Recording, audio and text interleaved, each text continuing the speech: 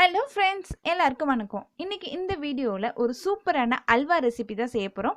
ரொம்ப சுலபமானது. 5லேருந்து 10 நிமிஷம் தான் ஆகும். டக்குன்னு செஞ்சு முடிச்சிடலாம்.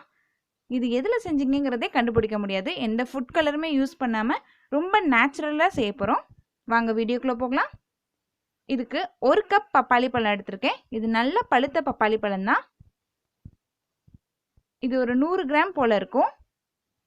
இது ஒரு மிக்ஸி ஜாருக்கு மாற்றி நல்லா அரைச்சிக்கலாம். ஒரு பேன் ஹீட் பண்ணிட்டு 1 டீஸ்பூன் நெய். இப்போ நம்ம அரைச்சி வச்சிருக்க பப்பாளியை சேர்த்துக்கலாம். தண்ணி எதுவும் ஊற்றாமல் அரைச்சிக்கோங்க. தண்ணி ஊற்றிடாதீங்க.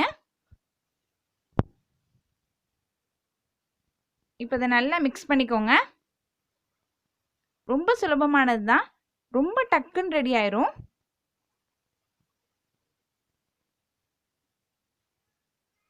ஒரு ஏலக்காவை தட்டி சேர்த்துக்கோங்க.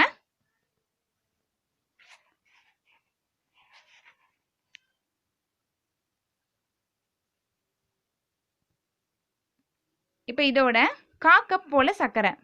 1 கப் பப்பாளிக்கு 1/4 கப் சர்க்கரை கரெக்டாக இருக்கும். நீங்கள் டம்ளரில் கூட மெஷர் பண்ணிக்கலாம். இதை நல்லா சர்க்கரை கரையிற வரைக்கும் நல்லா மிக்ஸ் பண்ணிக்கோங்க. சர்க்கரை கரைஞ்சி நல்லா திக்காக வந்துருச்சுன்னா அல்வா ரெடி ஆயிரும்.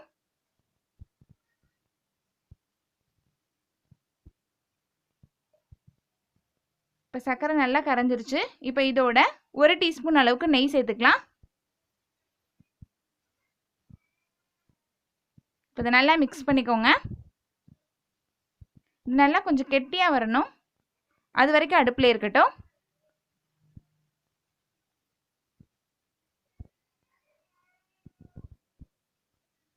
இது ஒரு ஆளுக்கு கரெக்டாக இருக்கும்.